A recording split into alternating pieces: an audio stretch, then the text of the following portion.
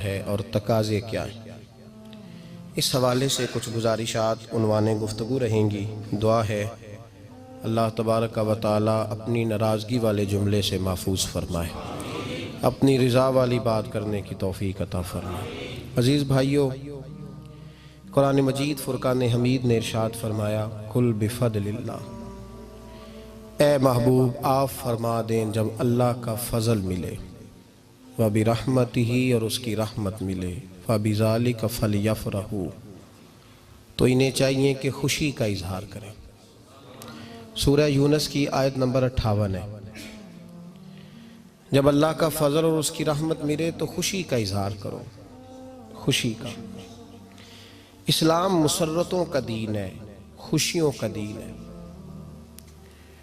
نبی پاک سید عالم صلی اللہ تعالیٰ علیہ وسلم کی مسکراہٹ کے اندر وہ حسن تھا کہ کائنات ساری حضور کی مسکراہٹ کی وجہ سے ہی مسکرا رہی ہے۔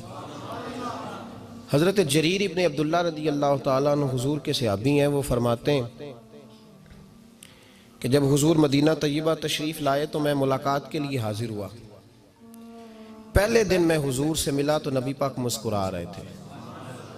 پھر 10 سال میں حضور کو دیکھتا رہا،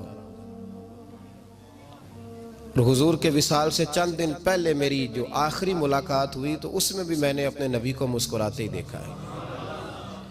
اور فاضل بریلوی رحمۃ اللہ تعالیٰ علیہ نے تو اس تخیل کا اور رنگ میں لیا ہے۔ وہ کہتے ہیں حضور کے مسکرانے سے ہی دنیا مسکراتی ہے۔ فرماتے ہیں جس کی تسکی سے روتے ہوئے ہنس پڑے۔ جب حضور ہلکا سا مسکراتے تھے تو رونے والوں کے دل بھی ٹھنڈے ہو جایا کرتے، غمزدہ لوگ مسکراتے تھے۔ حضور کی خوشیاں تقسیم کرتی تھی۔ نبی پاک صلی اللہ علیہ وسلم کا مسکرانا امت کے دلوں کو ٹھنڈا کرتا تھا۔ فرمایا جس کی تسکی سے روتے ہوئے ہنس پڑیں اس تبسم کی عادت پہ لاکھوں سلام۔ اور فرمایا یہ نہیں تھا کہ حضور بڑے تکلف سے مسکراتے تھے، حضور کی تو عادت تھی اس تبسم کی عادت پہ لاکھوں سلام، مسکراتے رہنا، خوشی کا اظہار۔ اسلام بہت ساری چیزوں کا انسان کو پابند کرتا ہے، حدود و قیود میں رہنے کا حکم دیتا ہے۔ صحابہ کرام علیہم رضوان کے ہاں شادی کے موقع پر بارات لے کر کے جانے کا کوئی رواج نہیں تھا۔ حضرت عبد الرحمن ابن عوف رضی اللہ تعالیٰ عنہ جیسے مالدار لوگ بھی شادی کرتے ہیں تو نبی پاک کے بغیر بھی بارات چلی جاتی ہے۔ کوئی کانسیپٹ نہیں اس طرح کا کہ ڈھیروں بارات لے کے جائی جائے۔ حضرت عبد الرحمن ابن عوف کہتے ہیں میں حضور کی بارگاہ میں آیا تو سفید کپڑے پر پیلا زرد نشان تھا۔ حضور نے فرمایا کیا ہوا، یہ داغ کاہے کا؟ عرض کی حضور کل میں نے نکاح کیا تھا۔ تو محبوب نے جو ارشاد فرمایا اس میں فرمایا بڑی اچھی بات ہے، ولیمہ ضرور کرنا، چاہے ایک بکری ہی ذبح کرنا۔ بارات نہیں لے کے جائی جاتی تھی، ولیمے کا حکم دیا۔ اور بخاری میں نبی پاک نے یہ بھی فرمایا جب تمہیں کوئی ولیمے کی دعوت دے تو جایا کرو۔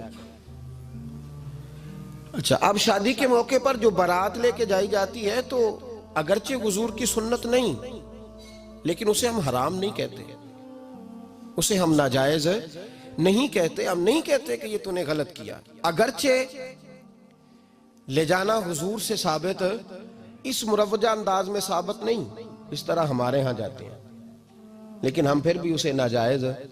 کسی صحابی نے اپنے بچے کی شادی پر اپنے گھر میں لائٹنگ نہیں کرائی، لیکن آپ کو دنیا کا کوئی عالم یہ فتویٰ نہیں دے سکتا کہ لائٹنگ کرانا حرام ہے۔ آپ شادی کے موقع پہ ساری گلی سجا لو، آپ ساری چھتوں پہ لائٹنگ کرا لو، کوئی آدمی یہ آپ کو فتویٰ نہیں دے سکتا کہ شادی کے موقع پر لائٹنگ کرانا جائز نہیں۔ کبھی سنا ہے آپ نے کسی سے؟ بولیے یہ جائز ہے، جائز پیسے ہیں تو ٹھیک، بلکہ میں اس سے آگے بڑھتا ہوں، اس سے تھوڑا اور آگے جاتا ہوں۔ حضرت عائشہ صدیقہ رضی اللہ تعالیٰ عنہ فرماتی ہیں میرا جو کمرہ تھا نا جس میں میں حضور کے ساتھ رہتی تھی اور ایک لمبا زندگی کا عرصہ گزارا، اس میں 3 آدمی سو سکتے تھے، چوتھے کے لیے جگہ ہی نہیں تھی، اور کچا تھا۔ کھجور کے تنے کھڑے کر کے اس پر کھجور کے پتوں کی چھت ڈالی گئی تھی۔ میں جب ہاتھ اٹھاتی تھی تو میرا ہاتھ اپنی چھت کو چھو جاتا تھا۔ یہ ہے سنت نبی پاک کی، یہ حضور کا طریقہ ہے۔ بتائیے پکے گھر میں، لینٹر والے گھر میں رہنا جائز کہ ناجائز؟ کیوں جی؟ حضور تو کچے مکان میں رہتے تھے، آپ نے کیسے پکا بنا لیا؟ اللہ کی محبوب دین کو اس کی اصل بات میں سمجھیں. آپ ایسا نہ کریں جس میں انتشار اور امت تقسیم ہو. اس کا اصل مزاج دیکھیں. مہندی کے موقع پہ اگر کوئی آدمی 6 دیگیں دال چاول کی پکاتا ہے تو منع نہیں, جائز پیسوں سے پکائے. انہیں لائٹنگ لگوائی, کوئی منع نہیں. سارے محلے کو کھانا کھلایا, کوئی منع نہیں. بلکہ نبی پاک نے فرمایا بہترین مسلمان ہی وہ ہے جو سلام پہلے لے اور روٹی زیادہ کھلائے, تو بہترین مسلمان ہے. ناجائز کیا ہے؟ ناجائز ہے شادی کے موقع پر بینڈ باجا بجانا, اس میں رقص کرنا, اس میں بھنگڑے ڈالنا, عورتوں مردوں کا اختلاط ہونا, عورتوں کی مووی بنانا, یہ چیزیں ناجائز ہیں. تو جو ناجائز ہے اس پہ پابندی لگائی جائے گی. جو جائز ہے اس کے بارے میں یہ کہا جائے گا کہ بھائی احتیاط کی جائے, سنت کی طرف دیکھا جائے تو بہتر یہی ہے. لیکن اگر کوئی کسی آدمی کے پاس جائز پیسے ہوں, وہ 100 کنال کے گھر میں رہے, اگرچہ سنت یہ نہیں, پر یہ تو کوئی فتویٰ نہیں نہ دے سکتا کہ حرام ہے تیرا 100 کنال کے گھر میں رہنا, کہ ہے فتویٰ کہیں آپ نے سنا. تو ہمارے ہاں تکلیف کا معاملہ یہ ہے. دیکھیں میرے بھائی, کسی بھی صحابی نے, بڑے درد کے ساتھ بات کر رہا ہوں اور یہ میرا درد ہے, میں درد سے اپنے دل کو, اپنے ایمان کو حاضر ناظر کہہ کے بات کر رہا ہوں. امت بٹ جاتی ہے ہر موقع پہ یار, ہر جگہ ہی تقسیم ہو رہی ہے امت مسلمہ. ہر روز کچھ نہ کچھ فتوے ایسے مل جاتے ہیں جس میں دراڑیں پڑتی ہیں. کسی صحابی نے کسی مسجد کے اندر اشتہار چھپوا کے, اعلان کرا کے درس قرآن کرایا ہے کبھی؟ سیرت النبی کا جلسہ, ختم بخاری, مدرسے کا دستار فضیلت کا جلسہ, آپ نے اشتہار پڑھے ہیں نا یہ سارے مکاتب فکر کے, ہوتے ہیں کہ نہیں ہوتے؟ کسی صحابی نے اس طرح, وہ تو روز درس قرآن دیتے تھے, لیکن اس طرح اشتہار چھپوا کے, پوسٹر لگا کے, اور مصر سے کسی صحابی کو اسپیشل بلوا کے یا یمن سے بلوا کے مسجد کے اندر کبھی درس قرآن کے اجتماعات کرائے, سیرت النبی کے جلسے, ختم بخاری کے. او بھائی یہ ساری چیزیں حضور کے صحابہ کی سنت سے مروجہ انداز میں ثابت نہیں. مجھے بتا میرے بھائی, میں درد کے ساتھ تجھ سے سوال کرتا ہوں کہ سیرت النبی کے جلسے میں تو پشاور سے مولانا بلائے, پنڈی سے بلائے, تو گجرات اور کراچی سے لوگوں کو بلا کر کے اگر سیرت کا جلسہ کرائے, اور تو اس میں ایک آدمی کو کراچی سے بلوایا جا رہا ہے تو تو نے اس کو 20,000 کی ٹکٹ بھی دی, اور اشتہار پہ بھی جلسے پہ خرچ ہوا, پھر لنگر بھی پکا, کھانا بھی تو نے کھلایا, نہ تجھے کوئی بیوہ یاد آئی, نہ تجھے کوئی مسکین یاد آیا, نہ تجھے کوئی غریب یاد آیا. حالانکہ کہنا چاہیے تھا نا یہ جو ₹1,00,000 لگ رہا ہے کسی بیوہ کی خدمت کر دینی چاہیے, یتیم کو دے دینا چاہیے. درد کے ساتھ بات کر. سوال میرا یہ ہے کہ وہی کام جو سیرت کے جلسے میں ہوتے ہیں, پہلے تلاوت ہوتی ہے, پھر نعت ہوتی ہے, پھر کسی عالم کا بیان ہوتا ہے, وہی کام صرف نام بدل کے کیا جائے, عید میلاد النبی نام رکھا جائے صلی اللہ علیہ وسلم. یہ میں آپ کے ذہنوں پہ دستک دے رہا ہوں, تقریر نہیں کر رہا, صرف دستک دے رہا. او بھائی دیکھو, ایک آدمی وہی کام نام بدل کے کرے تو جائز ہے, اور اگر اس میں نبی پاک کے میلاد کا نام رکھ لیا جائے یا نعت کا نام رکھ لیا جائے تو پھر مجھے اجازت دے میں تجھ سے سوال کروں کہ صرف تجھے حضور کی تعریف پوری لگتی ہے؟ پھر مجھے اجازت دے کہ میں تجھ سے پوچھوں کہ صرف تجھے نعت اچھی نہیں لگتی؟ پھر مجھے اجازت دے کہ میں تجھ سے پوچھوں کہ تجھے صرف رسول اللہ کے قصیدے اچھے نہیں لگتے؟ دے مجھے اجازت کہ میں تجھ سے سوال کروں کہ جہاں ذکر رسول کی بات آئے وہاں تو پریشان کیوں ہوتا ہے؟ تجھے پتہ ہی نہیں یہ تو وہ ذکر ہے کہ رب فرماتا ہے تم بیان کرو نہ کرو وَرَفَعْنَا لَكَ ذِكْرَكَ, محبوب میں نے خود تیرے چرچے ساری دنیا میں بلند فرما دیے. اور نبی پاک نے پوچھا حضرت جبریل سے کہ چل جبریل تو بتا میری امت کو پتہ چلے رب نے میرا ذکر کیسے بلند کیا ہے. تو جناب جبریل کہنے لگے محبوبہ رب فرماتا ہے میرے نبی سے کہہ دے جہاں جہاں تیرے رب کا ذکر ہوگا وہاں وہاں تیرا بھی ذکر ہوتا رہے گا. یہ تو محتاج ہی نہیں کسی کا. اتنی جلدی لوگ بپھرتے ہیں. اللہ فرماتا ہے قل بفضل اللہ وبرحمتہ فبذلک فلیفرحوا. محبوب ان سے کہہ دو جب اللہ کا فضل ملے, جب اللہ کی رحمت ملے تو خوشی مناؤ. تیرا نہیں مجھے پتا, مجھے تیرا نہیں پتا, لیکن مجھ سے اگر تو پوچھے تو کائنات میں رب کا سب سے بڑا فضل بھی محمد مصطفیٰ ہی ہے, اور سب سے بڑی رحمت بھی محمد مصطفیٰ ہی ہے. وہ دو عالم کی رحمت تھے, وہ جہاں چاہتے وہیں رہتے. یہ تو ان کی مہربانی ہے کہ یہ عالم پسند آیا.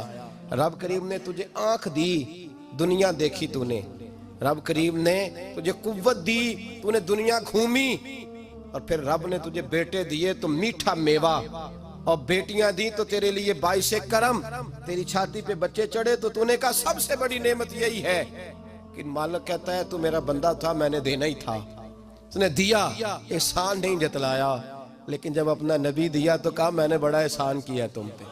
لَقَدْ مَنَّ اللَّهُ عَلَى الْمُؤْمِنِينَ إِذْ بَعَثَ فِيهِمْ رَسُولًا، میں نے تم پر احسان کیا ہے۔ کون دیتا ہے کسی کو محبوب اپنا؟ نہ جانے رب نے یہ کیسے گوارا کیا۔ لَقَدْ مَنَّ اللَّهُ عَلَى الْمُؤْمِنِينَ إِذْ بَعَثَ فِيهِمْ رَسُولًا، اتنا بڑا فضل، اتنا بڑا فضل، فضل بھی حضور۔ اور جب بات رحمت کی آئی تو فرمایا مومنوں صرف تمہیں ہی نہیں، عیسائیوں، یہودیوں، سکھوں، دنیا میں جتنی مخلوق ہے، حتیٰ کہ جانور بھی، حتیٰ کہ چونٹیاں، نباتات، جمادات، ہر چیز، یا اللہ تو نے کیا دیا؟ فرمایا وَمَا أَرْسَلْنَاكَ إِلَّا رَحْمَةً لِلْعَالَمِينَ، میں جس کا رب ہوں ان سب کے لیے میں نے اپنے نبی کو رحمت بنا کے بھیج دیا ہے۔ بیٹے کے آنے پہ تو مٹھائی بانٹتا ہے، میلاد والے دن تو لائٹیں بند کر لیتا ہے، بیٹے کے آنے پر تو حلوائی بٹھاتا ہے، اور نبی پاک کے نام کی لائٹیں لگی ہوں تو پریشان ہوتا ہے۔ ہم سے کبھی پوچھ تجھے بتائیں، بس نہیں چلتا، ورنہ تاڑے توڑ کے چھتوں پہ لگا دیں۔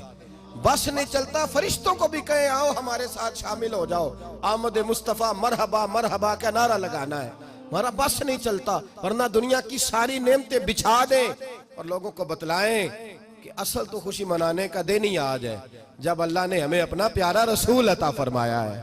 اور ہمارے امام تو کہتا ہے میلاد نہ کر، ہمارے امام نے تو کہا حشر تک ڈالیں گے ہم، حشر تک، یہ 2-4 دن کا تو پروگرام ہی نہیں ہمارا، حشر تک ڈالیں گے ہم پیدائش مولا کی دھوم، اور مثل فارس نجد کے کلے گراتے جائیں گے، خاک ہو جائیں عدو جل کر مگر ہم تو رضا، دم میں جب تک دم ہے ذکر ان کا سناتے جائیں گے۔ ہمارا تو 1-2 دن کا پروگرام ہی نہیں۔ اور پھر سنو کتنی بڑی نعمت ہے۔ حضرت عباس سے کسی نے کہا تھا اللہ کی سب سے بڑی نعمت، تو بخاری اٹھانا، فرمانے لگے محمد نعمت اللہ، بخاری ہے بخاری، فرمایا محمد اللہ کی سب سے بڑی نعمت ہے، صلی اللہ